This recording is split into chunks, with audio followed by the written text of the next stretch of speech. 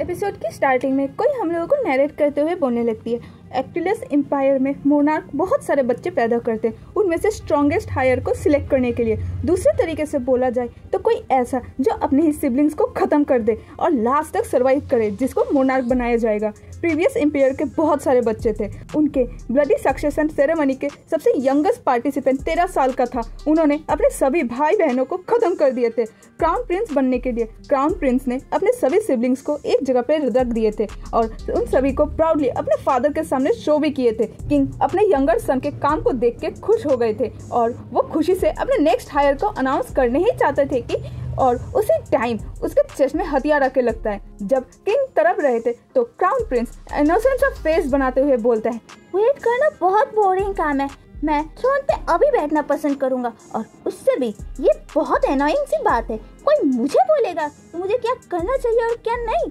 वही लड़का अभी एक्टिलस एम्पायर के करंट एम्पीरियर बन गई है, रेनियला एक्टिलस। और कोई बोलते हैं अब ब्राइड और ग्रूम ने एक्टिला के गॉड से पूछेंगे एंड हम लोगों को किसी लड़की को देख पाते जो हमारी इस स्टोरी की मेन कैरेक्टर होती है। एंड वो आदमी बोलता है जो एक्चुअली फादर होते हैं कि आप अपने हस्बैंड एंड वाइफ के इस रिश्ते को हमेशा प्रोटेक्ट करते रहेंगे। मेन कैरेक्टर मन में बोलती है और अब मैं यहाँ खड़ी हुई हूँ इस टायरेंट के ब्राइड के रूप में। मेन कैरेक्टर फादर को देख के मन में बोलती है ये मुझसे हाँ बुलवाने के लिए मुझे ऐसे देखे जा रही है। एंड वो रोते हुए बोलती है हाँ मैं करूँगी। फादर बोलते हैं तो रेनियला बोलता है मुझे लगता है मैं भी जब तक मैं बोर ना हो जाऊँ। फादर परेशान होते हुए बोलने लगते तब ब्राइड और ग्रूम अभी रिंग्स को एक्सचेंज कर लीजिए। मेन कैरेक्टर मन में बोलती है कॉन्सेंट्रेट करो, मैं होप करती हूँ कि मैं इसको गिरा ना दूँ। अगर मैंने इसको गिरा दिया तो मैं श्योर नहीं हूँ मेरा हेड बॉडी के साथ कनेक्टेड रहेगा कि नहीं। एंड उसने रिंग को पहना दिया। फादर बोलते हैं तो अब आप ब्राइड को किस कर सकते हैं। मेन कैरेक्टर बोलती है अरे नहीं ये सच्ची में हो रहा है। देन वो कंफ्यूज हो जाती है, फिर वो छकने लगती है एंड आगे देखते हुए मन में बोलती ये मेरे करीब क्यों नहीं आए, क्या हम लोग इस पार्ट को स्किप करने वाले हैं। रेनियला को देख के मन में बोलती है वो मेरा मतलब कोई पर्सन ऐसा कैसे देख सकता है। रेनियला बोलता है मुझे खुशी हुई। मेन कैरेक्टर मन में बोलती है हाँ किस चीज़ के लिए। तभी रेनियला मेन कैरेक्टर को पकड़ता है। मेन कैरेक्टर मन में बोलती है मुझे सच्ची नहीं पता ये क्या होने वाला है। रेनियला बोलता है अगर आप और 5 सेकंड अपनी आंखें बंद रखती तो मैं आपसे बोर हो जाता। एंड दोनों किस कर लेते हैं। मेन कैरेक्टर मन में बोलती इसको बिलीव करना हार्ड है बट ये नोवेल के अंदर का वर्ल्ड है और मैंने उस ब्राइड को पोजेस की हूँ जो इस टायरेंट के अंदर सब कुछ सहती रहती है।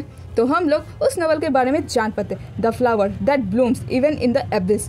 ये रही फ्लावर साइंटिस्ट सेराफिना इस नोवेल की फीमेल लीड और एबिस है एक्टिलस एम्पायर। रेनियला की हॉबी है अदर नेशंस को कॉन्कर करना और उनके बर्न करना। उन्हें कॉन्कर किए गए नेशंस में से एक टेम्पल में रेनियला साइंटिस्ट सेराफिना से मिलता है।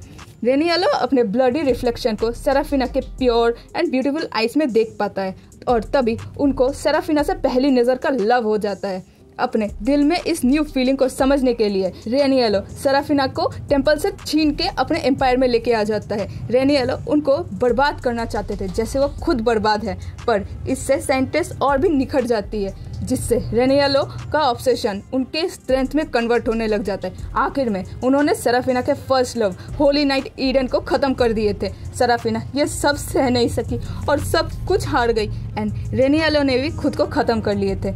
यही थी the flower that blooms even in the abyss की स्टोरी। ऑफ कोर्स इस नोवेल में और भी कैरेक्टर्स अपीयर होते बट मैंने एम्प्रेस के बॉडी को पोजेस की हूँ जो किसी काम की ही नहीं है। क्वीन की कैरेक्टर इतना इंपॉर्टेंट क्यों नहीं है। एक्टिलस एम्पायर में मोनोग्रामी प्रैक्टिस किया जाता है एंड यहाँ डिवोर्स करना कोई एक्सेप्ट नहीं करता है। सेकंड मैरिज के लिए आपके पहले पार्टनर को डेड होना पड़ेगा। जब रेनियला सेंटेस को अगवा करके लाए थे उन्होंने सबसे पहले क्वीन को ही खत्म कर दिए थे, फिर उनका नाम कहीं नहीं लिया गया क्योंकि नोवेल के बिगिनिंग में ही वो खत्म हो गई थी। एंड वही मैं हूँ। डियर ऑथर, क्या आप मुझे पनिश कर रहे हैं मेरे बैड रिव्यू की वजह से? मैंने बहुत सारे बुक्स पढ़ा है जहाँ पे रीइंकार्नेशन बेसिकली मेन कैरेक्टर्स ही होते हैं, फिर वो लोग ओरिजिनल स्टोरी लाइन को चेंज कर देते हैं। मैंने एक पॉइंटलेस साइड कैरेक्टर को पोजेस किया। अगर मैं मेन कैरेक्टर होती तो मैं सर्वाइव करने के लिए कुछ और ही करती, बट इस केस में मैं क्या ही कर सकती हूँ। अगर मैं वेडिंग के पहले यहाँ आई होती तो मैं वेडिंग के पहले यहाँ से कहीं और चली जाती, जैसे क्लिफ के ऊपर से कैरेज को गिरा के खुद के फेक डेथ को दिखाना। फिर मैं किंग को शांत करती। मैं इतनी भी बेवकूफ़ नहीं हूँ उसके लिए।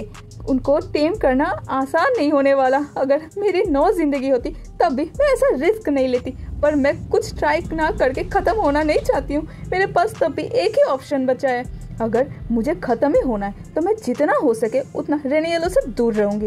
मैरिज के बाद रेनिएलो एम्प्रेस से मिलने नहीं आए थे।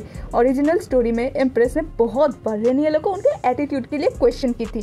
इससे एम्प्रेस बस रेनिएलो के आंखों का कांटा बन गई थी। इसीलिए सेंटेंस को लाने के बाद उन्होंने एम्प्रेस को ही सबसे पहले ख़त्म कर दिए थे। मुझे मेरी जगह पता है एंड मैं उसको क्रॉस नहीं करने वाली। जिस दिन रेनिएलो टेम्पल के लिए निकलेंगे उसी दिन मैं अपने फेक डेथ को दिखा के यहाँ से भाग जाऊंगी। मैं श्योर हूँ रेनिएलो भी इस मामले में ज़्यादा ध्यान नहीं देने वाले। रेनिएलो ने एम्प्रेस को ख़त्म कर दिए थे क्योंकि वो सेराफिना से शादी करना चाहते थे। तो मैं अगर उनसे जितना हो सके उतना दूर रही तो मैं सही रह पाऊंगी, क्यों है ना? 1 मिनट, तब तो ये बहुत आसान होने वाले जितना मैं सोची थी। मैं जिंदा रह पाऊंगी। हर्ष, मैं बेकार ही स्ट्रेस ले रही थी। रेनिएलो उसके सामने आके बोलता है, माई एम्प्रेस, जिससे मेन कैरेक्टर चौंक जाती है। एंड रेनिएलो बोलता है, आप कब तक इसको प्रिटेंड करने वाली हैं कि मैं आपके सामने नहीं हूँ? क्या आप मुझे इग्नोर कर रही हैं?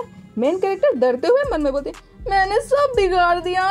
मेरा प्लान यही है कि मैं ऐसे रहूं कि मैं एग्जिस्ट भी नहीं करती हूँ, पर मैंने सब पहले ही बिगाड़ दिया है। अगर आप लोगों को कोई और भी मानवा का एक्सप्लेनेशन चाहिए तो मुझे कमेंट सेक्शन में ज़रूर बताइएगा, जिससे मैं आपके द्वारा सजेस्ट किए हुए मानवा को एक्सप्लेन कर सकूँ।